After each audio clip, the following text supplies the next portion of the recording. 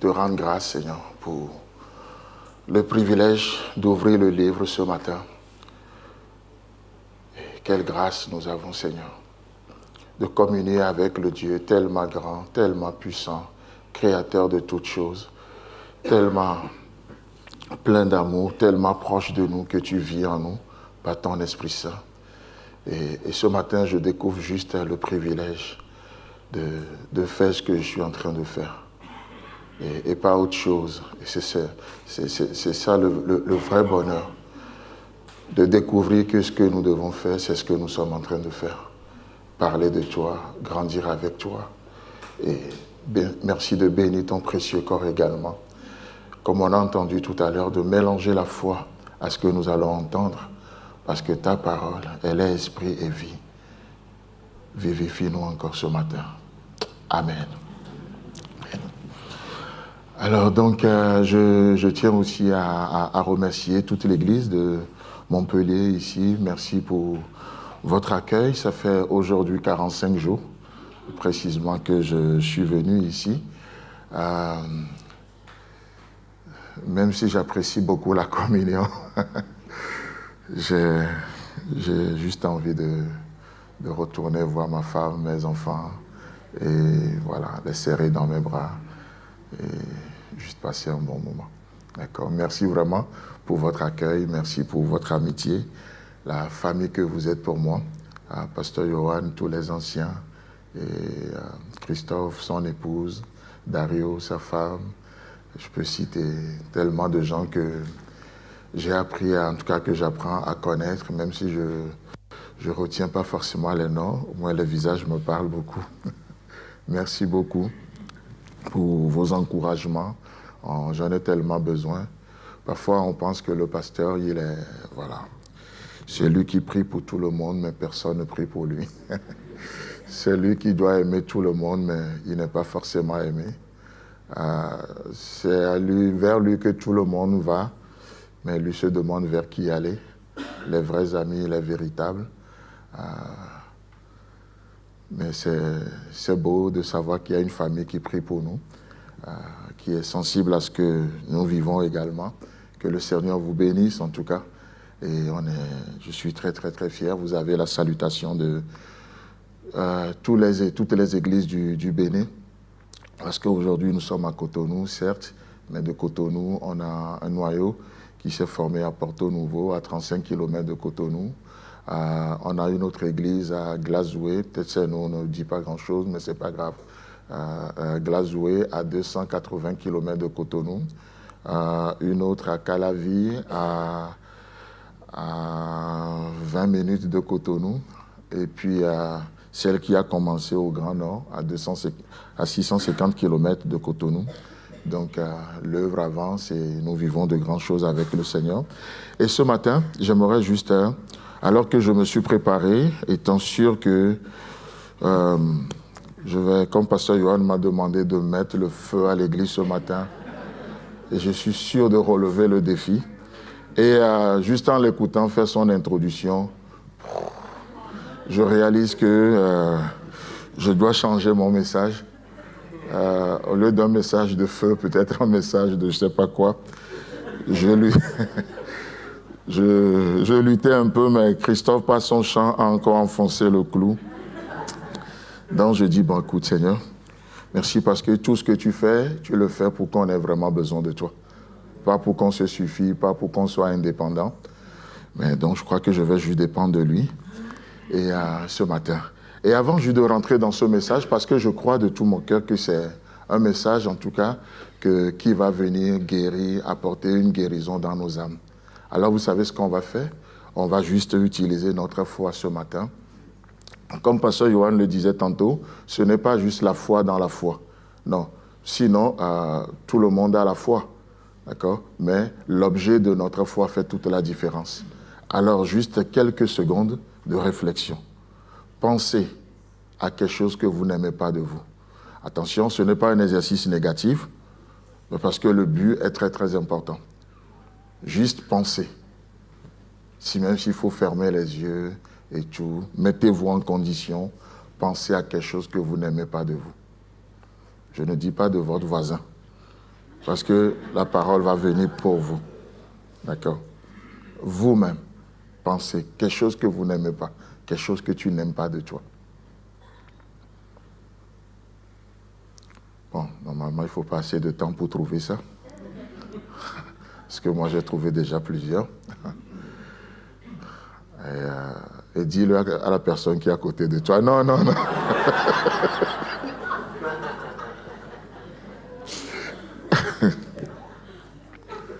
Non, non. Gardez bien cette chose à l'esprit.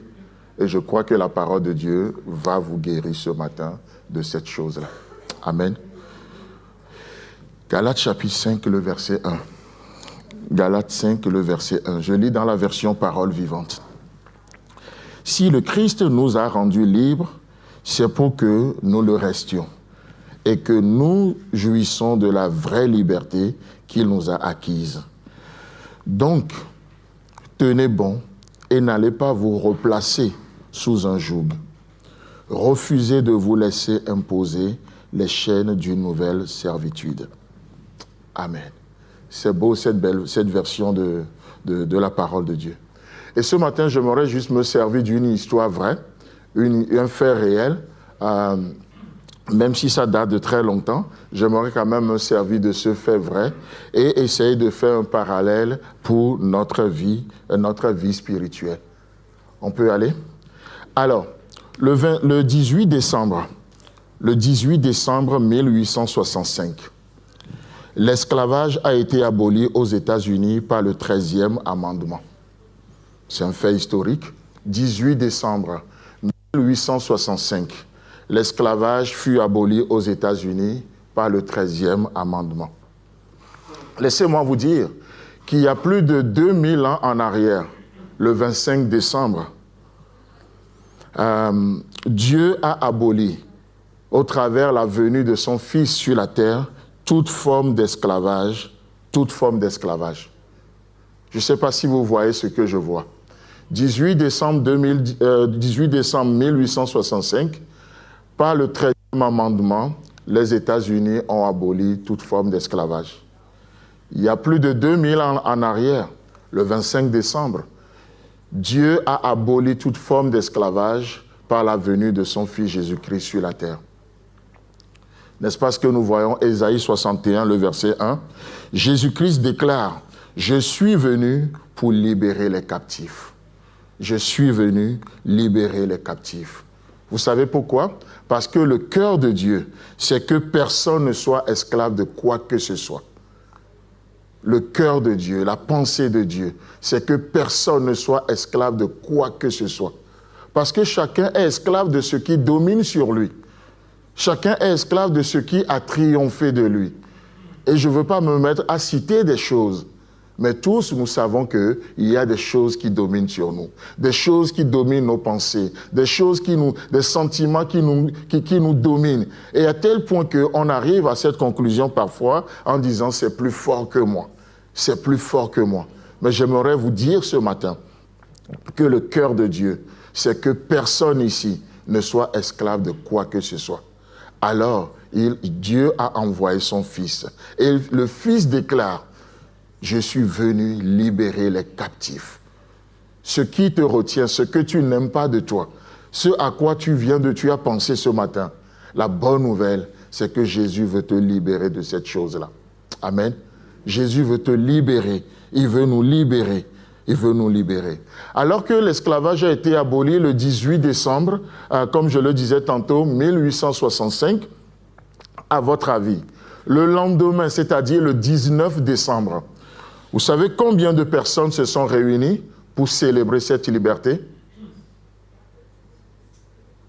Imaginez, un monde dans lequel presque plus de la moitié de la population était esclave. Et on vient de proclamer la liberté, l'abolition de l'esclavage. Le lendemain, le 19 décembre, combien se sont rassemblés pour célébrer cette liberté? 0 personne. 0 personne. Cette liberté n'a pas été du tout célébrée. Pas du tout. Et ce matin, Alors que Christ est venu, comme on le disait tantôt, plus de 2000 ans en arrière, pour apporter cette liberté dans nos cœurs, pour briser le joug du fardeau, pour enlever toute forme d'esclavage de nos vies. J'aimerais juste poser la question ce matin. Combien sont venus pour célébrer cette liberté ce matin? Combien sont venus célébrer cette liberté? Waouh! Ça veut dire que le Seigneur, le Saint-Esprit, fait dans nos vies. Il œuvre au milieu de nous ce matin, plus que dans la vie de ces esclaves-là.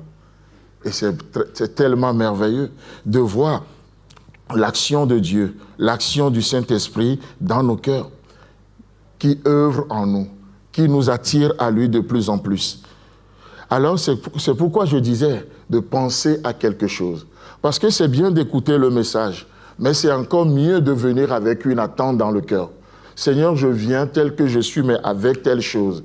Ce n'est pas juste, oh, le culte de ce matin a été vraiment merveilleux. Ou parfois on dit, non, mais aujourd'hui, ce n'est pas ça. Comme me l'a dit une fois un frère, il dit, ce matin, la louange, l'adoration, ce n'est pas vraiment ça. J'ai dit, oui, mais elles ne te sont pas destinées. Tu as raison. Qui a dit qu'on est venu t'adorer? Ce n'est pas à toi, n'est pas destiné à toi. Laisse Dieu apprécier. Ouais, parce qu'on n'a pas fait les chants comme on aimerait. Mais Dieu apprécie. L'Esprit Saint œuvre au milieu de nous. Il fait une œuvre, des grandes choses dans nos vies. Donc, cette liberté que nous avons en Jésus-Christ, comme on l'a lu tout à l'heure dans Galates chapitre 5, le premier verset, c'est pour la liberté que Christ nous a affranchis. C'est pour la liberté. Et le cœur de Dieu, c'est que personne ne soit esclave de quoi que ce soit. Et vous savez quoi? Non seulement Jésus-Christ est venu, mais cette liberté, ça a coûté sa vie. Bientôt, nous allons célébrer la Pâque. Non seulement il est venu, mais qu'est-ce qui se passe? Il a donné sa vie. Il est allé jusqu'à la croix. Et vous savez, la liberté, c'est un produit de la croix. La liberté, c'est un produit de la croix. Vous ne trouvez pas la liberté bon marché, une liberté qui ne coûte rien, une liberté votée par une loi des hommes. Non, ça c'est du libertinage qui nous amène parfois à ne même pas savoir qui on est. Ça amène tellement de confusion. Le bien est appelé mal, le mal est appelé bien. Mais la vraie liberté prend la dimension de la croix.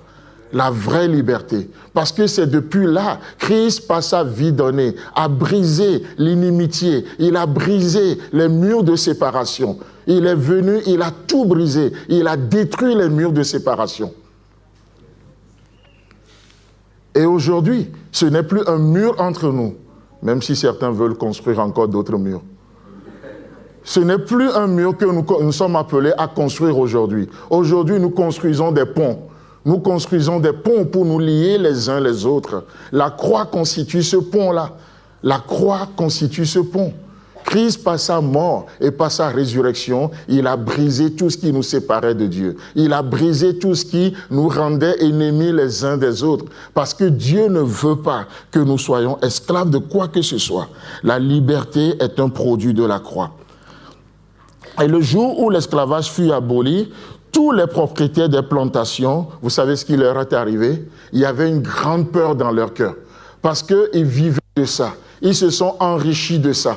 Et donc, le jour où, par le 13e amendement, l'abolition a été apportée, en tout cas, la liberté est proclamée, tous ces propriétaires des plantations, ils avaient tellement peur. Parce que cette proclamation, cet amendement, cette liberté ne va pas travailler en leur faveur. Ça risque de les ruiner. Ça risque de les ruiner. Et vous savez, le jour où vous avez reçu Jésus-Christ, tous les propriétaires des plantations spirituelles dans vos vies commencent par paniquer. Le royaume des ténèbres panique. Vous savez pourquoi? Parce que lorsque nous étions esclaves de la jalousie, nous travaillons tellement, nous servons tellement au royaume de l'ennemi. Lorsque nous ne pouvons pas apprécier le don, la capacité, l'habileté que Dieu a donné dans le corps. Et nous sommes jaloux. Qu'est-ce qui se passe? Waouh, le royaume des ténèbres dit, ouais, super, tu travailles tellement à ma faveur. Et il nous donne les éléments qu'il faut pour nous rendre de plus en plus jaloux. Lorsque nous ne pouvons pas dire du bien des gens, on va de calomnie en calomnie, dans des champs à perte de vue de calomnie, ces propriétaires se réjouissaient tellement, jusqu'au jour où Christ dit, tu n'es pas obligé d'être jaloux. Tu peux te réjouir pour le don de l'autre. Tu peux apprécier ce que la pierre que l'autre peut apporter dans le corps. Christ dit non, tu n'es pas obligé de calomnie, sous prétexte que c'est la liberté d'expression. Non, tu n'es pas obligé de le faire. Tu n'es pas obligé de servir ces propriétaires-là. Tu n'es pas obligé. Christ t'a libéré. Il t'a libéré. Et l'ennemi ne veut pas du tout entendre cette liberté-là, parce que ça lui fait mal. Il perd de plus en plus de terrain, de voir que les ennemis d'autrefois sont devenus les amis d'aujourd'hui, de voir que ceux qui ne pouvaient pas se regarder dans le visage aujourd'hui, non seulement il se voit dans le visage, mais il peut se prendre dans les bras. L'ennemi ne peut pas supporter ça. Il s'arrache les cheveux. Il dit non, qu'est-ce qu'ils ont compris? Pourquoi? Parce qu'ils perdent de plus en plus de terrain. Alors, un fait historique, toujours par rapport à cette histoire vraie. Alors que tous les propriétaires des plantations étaient paniqués, les chefs vont convoquer une réunion. Ils vont convoquer une réunion et 2 grandes décisions seront prises. La première décision, c'est quoi? Il dit, vous n'êtes pas encore... Regardez ce qu'ils ont décidé. Ils ont décidé maintenant d'interpréter le 13e amendement, mais pas en la faveur de ces hommes. On va faire une interprétation de cette loi de la liberté. N'est-ce pas ce que le diable fait avec nous aujourd'hui? Oh, Christ est venu, c'est vrai, il est mort, il a donné sa vie pour toi. Mais attends, on va t'expliquer comment ça fonctionne. Le diable veut nous interpréter la Bible. Et il a essayé avec Jésus. Jésus dit, non. Ouais, mais il est écrit qu'il donnera des ordres à ses anges, ils vont te supporter, ils vont te porter et ton pied n'ôtera aucune pierre. Et il a enlevé une partie dans toutes tes voies. Et c'est ça qui fait toute la différence. Notre liberté, ce n'est pas de faire ce qu'on a envie de faire. Ce n'est pas juste de faire ce qu'on veut faire, mais c'est de faire ce que nous devons faire. Notre liberté nous amène dans une responsabilité, la vraie liberté. Christ était libre, mais cette liberté l'a amené à aller à la croix pour nous. La Bible nous dit dans Philippiens, existant sous la forme de Dieu, il n'a pas regardé son égalité à Dieu comme une proie à arracher, mais il s'est humilié lui-même. C'est pas le Père qui l'a humilié. Il a usé cette liberté pour être responsable dans son engagement. Il s'est humilié lui-même jusqu'à la mort. Mais quel type de mort? Jusqu'à la mort de la croix, la pire des morts. Voilà la liberté, la liberté. Et Jésus l'a dit aussi à Pierre, Pierre, aujourd'hui, tu fais comme bon te semble, tu vas là où tu as envie d'aller, tu fais ce que tu veux faire, mais lorsque tu seras grand, lorsque tu seras mature, lorsque tu vas comprendre comment ça se passe, lorsque le Saint-Esprit va gagner vraiment ton corps, ton cœur, c'est toi-même qui étendras ta main et quelqu'un d'autre va te lier pour t'amener là où tu ne veux pas aller. Ça, c'est la vraie liberté. Faire ce que je dois faire. Et ce que je dois faire, et souvent ce n'est pas forcément ce que j'ai envie de faire. Ce n'est pas forcément ce que j'ai envie de faire. Alors, ces propriétaires vont faire une réunion et ils vont prendre 2 décisions majeures. La première, c'est que vous n'êtes pas encore nécessairement ruinés. Voilà ce qu'il disait à ces propriétaires-là, leur chef. Il dit, allez, calmez-vous, n'ayez pas peur, vous n'êtes pas encore nécessairement ruinés. Et qu'est-ce qu'ils disent? Aussi longtemps que ces gens vont croire qu'ils sont esclaves, vous avez de contrôle sur leur vie. Ça, c'est la première décision. N'ayez pas peur, vous n'êtes pas nécessairement ruinés. Aussi longtemps qu'ils vont croire qu'ils sont esclaves, vous avez le contrôle sur leur vie. N'est-ce pas ce que le diable fait dans nos vies? Oui, Jésus nous a affranchis pour la liberté. Il a versé son sang. Il a tout accompli. dans Jean 19, le verset 30, tout est accompli.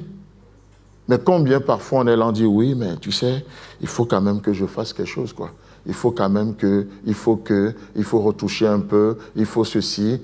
Et les propriétaires de cette plantation, ils disent, mais vous voyez, ils ne comprennent pas comment ça marche. Tant qu'ils vont toujours continuer de penser comme ça, vous n'êtes pas ruinés.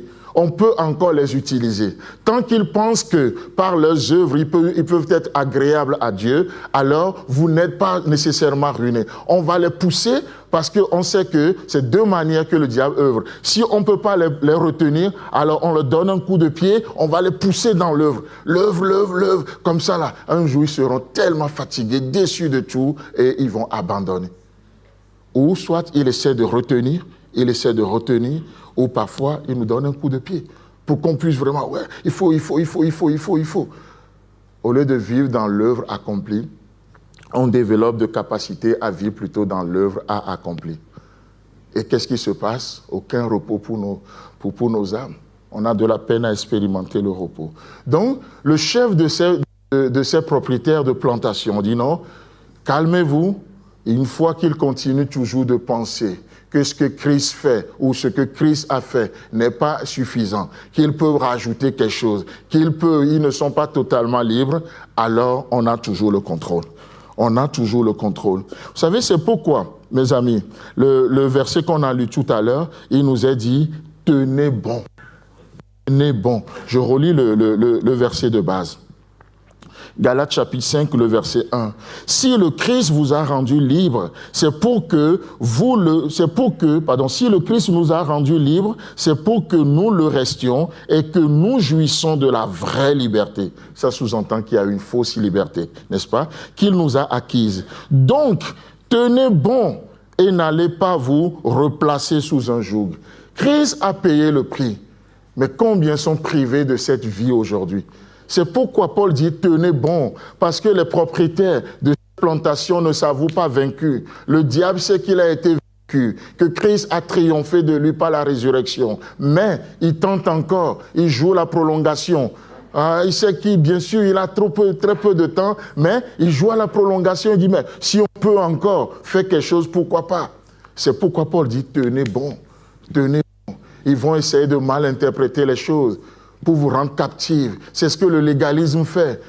Il utilise la parole de Dieu sans le cœur de Dieu. Et ça s'appelle du légalisme. Mais Paul dit, tenez bon, ne vous placez plus de nouveau sous un joug étranger. Tenez bon, ne laissez pas des gens interpréter mal cette écriture. Tenez bon. Et comment je tiens bon? Dieu me donne une église qui élève la parole de Dieu. Dieu me donne l'institut. Il dit, mais tiens bon en faisant quoi? Inscris-toi à l'institut, sois dans le corps, dans la communion fraternelle, profite du corps de Christ. Tiens bon, tiens bon. Je ne tiens pas bon juste en restant chez moi. Non, on tient bon en faisant quelque chose, en vivant la plénitude qui est dans le corps de Christ. Deuxième décision que ces propriétaires vont prendre, c'est que empêchons-les de comprendre cette déclaration du 13e amendement. Empêchons-les de comprendre cela. Dites-leur même que si elle est vraie, c'est-à-dire cet amendement est vrai, elle n'est pas en vigueur maintenant. Voilà leur décision. Combien pensent que oui, la vie éternelle, mais c'est juste au ciel un jour. Non, c'est sur la terre. Parce que la vie éternelle, c'est que nous le connaissions, lui le seul vrai Dieu. Je refuse personnellement, je le disais hier, je refuse personnellement que mon paradis commence au ciel. Je peux vivre, expérimenter Dieu maintenant et aujourd'hui, dans ma situation, dans ma fournaise. Je peux vivre la présence de Dieu. Parce que c'est ça le paradis. Peu importe là où je suis, dans ma fournaise, dans ma détresse, je peux l'invoquer. Il est là à mes côtés. Il est là. Ce n'est pas demain, ce n'est pas une vie lointaine, c'est maintenant. C'est maintenant. Si je ne peux pas vivre Christ maintenant, aujourd'hui, alors Christ va devoir me faire une autre vie à vivre. Si je ne peux pas l'expérimenter aujourd'hui, alors il faut qu'il me prenne aujourd'hui, parce que la vie sera tellement ennuyante pour moi. Seigneur, c'est aujourd'hui ta vie pour moi. La promesse, ce n'est pas pour demain. C'est aujourd'hui le jour du salut. Si je ne peux pas te vivre aujourd'hui, si tu ne peux pas agir dans ma vie aujourd'hui, je refuse toute cette vie au futur, tous ces chants au futur. Un jour. Non, c'est maintenant. C'est aujourd'hui. C'est aujourd'hui Christ veut nous guérir. C'est aujourd'hui le jour du salut. C'est aujourd'hui. Tant qu'on peut dire aujourd'hui, Christ est à l'œuvre. Demain, ça n'existe pas. C'est de l'utopie, ça n'existe pas. Mais c'est aujourd'hui. C'est comme ce chef de restaurant qui met sur son restaurant, demain sera gratuit. Et les gens passent, ils voient, demain sera gratuit. Voilà, ils se sont bien préparés, ils viennent demain. Alors, je dis, mais quoi? Ouais, mais vous avez dit que c'est gratuit. Oui, mais c'est demain. L'affiche est là, demain sera gratuit. Une bonne phrase publicitaire, n'est-ce pas? Et c'est ce que le diable essaie de faire avec nous. La vie de Dieu, c'est pour demain. Mais demain, ça n'existe pas. C'est aujourd'hui. C'est aujourd'hui. C'est aujourd'hui le jour du salut. Vous connaîtrez la vérité. Et la vérité vous rendra libre. Vous savez quoi? C'est ce que un fait historique encore. J'aime beaucoup l'histoire. Pendant la Deuxième Guerre mondiale, ou juste avant un peu la Deuxième Guerre mondiale, c'est la même chose. On parle beaucoup de, permettez-moi de, je ne sais pas trop dans ce contexte que ça veut dire, mais vous savez, pendant la Deuxième Guerre mondiale, Hitler avait mis sur pied ce qu'on appelle, ou ce qu'on appelait la doctrine du mensonge. Et qu'est-ce qu'il disait? Plus tu répètes un mensonge, plus les gens vont y croire. Et il ajoute ceci, répétez un mensonge 10 fois, il restera un mensonge. Répétez un mensonge 10 000 fois, il deviendra une vérité. C'était sa philosophie. Et avec cette doctrine, il a envahi le monde. Avec cette philosophie, il a gagné le monde. Ce que tu n'aimes pas de toi, combien de fois l'ennemi te l'a rappelé? Combien de fois il te l'a répété? 10 fois ou 10 000 fois? Mais Christ est venu te libérer ce matin. Il est venu proclamer ta liberté. Par la foi, nous saisissons l'invisible. Par la foi, nous profitons des choses que Dieu a en réserve pour nous. Et aujourd'hui, je peux proclamer ma liberté. Seigneur, merci beaucoup parce que tu m'as affranchi. Ce n'est pas une illusion de lever ma main ce matin, de dire, oh Seigneur, merci pour la vie que tu as pour moi. Merci parce qu'en toi, il y a une grande liberté que je ne peux trouver nulle part. Merci Seigneur pour ce que je suis en toi. Merci parce que tu es juste. Oui, c'est vrai, ils m'ont assez opprimé dès ma jeunesse. Oui, ils ont tracé de longs sillons dans le dos. Mais l'Éternel, tu es juste. Tu as coupé la corde des méchants. Tu as brisé le lien là qui me liait à mon passé. Aujourd'hui, c'est un nouveau jour. Aujourd'hui, c'est une nouvelle expérience avec toi. Seigneur, merci parce que je peux vivre ta victoire dans tel domaine de ma vie. Au nom de Jésus. Amen. Amen.